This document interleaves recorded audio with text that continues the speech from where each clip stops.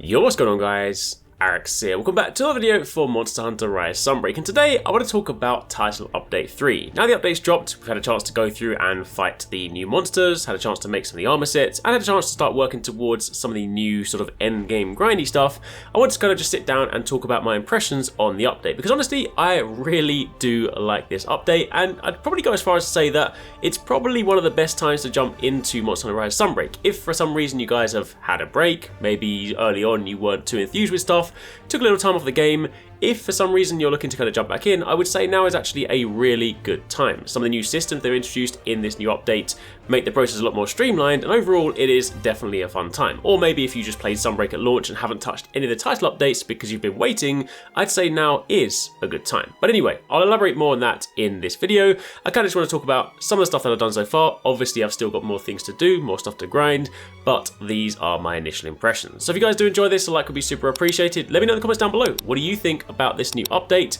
Where do you stand on things? And of course, do be sure to keep it locked for plenty more. Also, as a quick reminder, yesterday we released the Punchies. These are our new officially licensed Monster Hunter product. Produced these in collaboration with Capcom. They are cute little palicos with monster ponchos that are fully removable. There's Rathalos, Nogigante, Zenoga, and Paolumu, and they're available right now on the endgame store. The link to that is in the description box down below. They are going fast, so if you guys do want to grab one, then definitely make sure you pick them up. Also, pay attention to the description details, because if you want them in time for Christmas, you're going to need to order them very soon. But anyway, with that being said, check them out. We're super proud of them, super happy with how they came out. You guys seem to be loving them so far, but make sure you don't miss out. Anyway, to begin with, let's talk about this update. So let's start with the monsters. Obviously, brand new things to fight. Chaotic Gore Magala. I haven't fought this monster in years, and it was fantastic to see it come back. Admittedly, you know, it is, at its basic form, still a Gomagala, but the sort of transitional nature between Shagaru and Gomagala makes it a rather unique monster. And I will say the fight itself was a spectacle. Not exactly hugely challenging, although I did still definitely get clapped by a few things, not gonna lie, have definitely died to this monster, but I think one of the things I've always liked about, you know, both Gore and Shagaru, and of course now Chaotic Gore Magala, is just the spectacle. This fight has big ass laser beams, it's really imposing, and there's even like a really scary move where he basically just grabs you and drags you across the floor, which did feel pretty intimidating. But this monster, just from the kind of vibrancy, the color palette, the spectacle, everything around it was just a really fun experience, and it's definitely one of my favourite fights to date. Not necessarily my all-time favourite, but of some of the new monsters that have been introduced, I did have a lot of fun with Chaotic Gore Magala. Then of course, moving on from there to Risen Teostra, I'm saving the best one to last, which is Risen Kushala. Risen Teostra, I've said this before, look, your boy doesn't like Teostra in any way, shape or form. I just don't like him. I never have liked him, I'm never gonna like him. That being said, Risen Teostra, it's kind of cool, although I will say it is still largely similar to a regular Teostra. He's got some new moves, they're kind of like puddles he leaves around the ground. A lot of the time, sort of this new Teostra, Risen Teostra, is kind of like a lot more passive things. There are things where the initial move itself might not be too imposing or too dangerous, but then it has a follow-up explosion, which will definitely catch you off guard, especially if you want to try and sort of dodge things. So in that regard, it is definitely, or at least does require, a different mentality when you're sort of fighting it. But I will say, it didn't necessarily feel as drastically different. And when I say that, I mean comparatively to something like Risen Kushala. We have, of course, for Risen Chameleos, which I feel is probably the weakest of the Risen monsters. Risen Chameleos didn't feel that different at all. Risen Teostra's got a few new moves. Risen Kushala, though, however, I feel is like a masterclass in what they should be doing with the Risen monsters, because Kushala felt super different. Kushala was incredibly imposing. Not only did it have like the really kind of cool, menacing color palette to it, but it has so many new moves. I mean, like, maybe there's just a Kushala fanboy at Capcom and they were like, can I just add everything? Because, yo, this guy has it all. He has a laser beam, he can shoot a supernova out of his mouth, he has multiple tornadoes, like, he is very, very aggressive and has so many moves. Like, it literally feels like a completely different monster. You could put like a different skin on this and I would not know it's Kushala. That's like how different this thing felt, and I really like that, honestly. I actually feel like I prefer this to the regular Kushala fight, because regular Kushala kind of spends a little bit too long in the air. This guy was, you know, he does still dive bomb you, run around the air, different things like that, but this guy was a lot more grounded, which overall just made it a much more enjoyable fight. So I will definitely say, of all the monsters in this update, Risen Kushala was actually my favourite, which is really surprising. I genuinely didn't think it was going to be all that. After fighting Risen Chameleos, Risen Teostra, I was like, it's probably going to be, a few subtle differences. And then they went full scale, like Supernova with this guy, like Super Saiyan.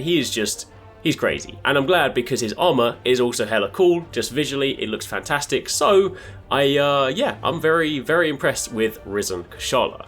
Of course, outside of that, all the new monsters come with new armor sets. Now, of course, Berserk is the skill that everyone was going berserk over. I will say, initial reactions when I first saw this was like, yo, this is crazy, this move is broken. Having had more time to test it, it is still a really cool move. I love the mechanic behind it, but I will say it definitely doesn't seem as broken as we first thought, because when you do actually use it in practice, your health drain does go down pretty quickly. So when you switch the blue scroll, the sort of immortality is present, but it's not necessarily just like a switch to blue scroll and roll your face against the monster and just win. It is not an easy mode. It is a more situational thing. It's very, very useful if there's something that was, say, going to kill you and you can quickly swap to it to actually get immortality. But outside of that, you're not necessarily going to be using it indefinitely. You can, of course, mitigate some of the health loss, but it is still pretty aggressive. So I would say it does actually feel kind of balanced in the right way. Well, at least I kind of, from my initial testing. Either way, I still like it. I think it's hella cool.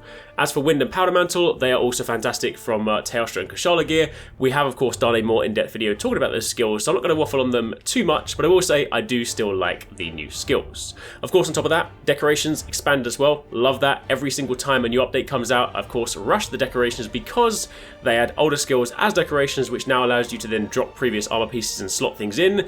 These new ones do, of course, have a lot of grinding tied to them because some of them are tied to high level anomaly quests. So it does, of course, give us things to pursue, but a lot of the previous armor skills that you liked will now be available as decorations, which is really cool. And of course, on top of that, there is the curio crafting system. I will say this is the thing that I still haven't had a chance to sort of sink too much time into, so this is going to be my sort of focus over the weekend and sort of into next week, because this also has a degree of grinding to it. Obviously, the new system, when you first start, has the kind of more defense-focused option where you can basically just bolster the defense and the resistance of your armor without risking losing any skills. But when you do get to anomaly level 121, you will unlock the skills plus system, which basically allows you to target some of the skills that you actually want. So it effectively makes the grind a little bit less grindy, because when they introduced Curious Crafting originally, it was cool, but it was a very daunting system because the sheer volume of skills, the sheer scale of which you can be drawing from when it comes to hoping to get those skills was just kind of daunting to the point that I was like, I'm not even going to bother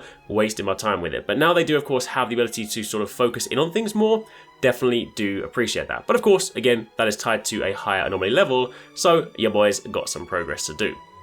Outside of that, of course, melding as well. Melding is also really nice because melding is another one of those things that has always been hella daunting. You kind of just put stuff into the pot, hope for the best, and you spend 99.9% of the time disappointed with your rubbish talisman. But now you can actually snipe for some of the skills that you want. The fact that you can put in and snipe for the top skill means it is much easier to get those god roll talismans. Obviously you can't completely fix it, but the fact that you can say, hey, I want attack boost, and then, you'll definitely roll with some degree of attack boost, with, of course, slots and your second skill being varied, does make for a much greater experience. Because then it means that if you're trying to make mix sets and somewhat mirror what someone else has done, you can at least target the top skill, and it's going to make it much more accessible. So all in all, effectively, Monster Hunter still has the RNG element and the kind of, randomized grind that is, of course, still present. But for the people out there that don't necessarily want to just give in to potentially hours and hours of mindless random numbers, you can, of course, now at least be slightly more focused with your efforts, which I think is really good. It basically just respects your time a lot more. And outside of that, the other nice new addition was the follower system. The fact that you could, of course, bring followers with you, I just think is really cool. I like the follower system. Admittedly, they don't do great degrees of damage, so I would say if you're going to bring followers, maybe just bring the more support-focused ones that might use, like, horns to heal you, things like that. But outside of that, it is just nice being able to go onto a quest, grab a follower, and have them come with you. So all in all, again, I really like this update, and I do honestly believe this is probably one of the best times to jump into Sunbreak if you have been taking a break, because there's so much new stuff to enjoy, so many new systems, and some of the most recent additions mean that the RNG grind for some of the things like Curious Crafting and Melding is a lot more accessible. So overall, I am very happy. Definitely very excited for what they bring in the future, but of course this is the final update we have for this year. There will be new updates next year, but this is basically what you have to enjoy for the time being. So I guess the fact that there's some anomaly grinding to be doing does of course give us some things to focus on over the next few weeks. Anyway, that's it for the time being. Hopefully you guys enjoyed that. Those are a few of my thoughts on the title update. Again, don't forget to grab your Punchies on the website while they are available. And of course, if you missed some recent videos, you can check out one of these ones and keep it locked for plenty more.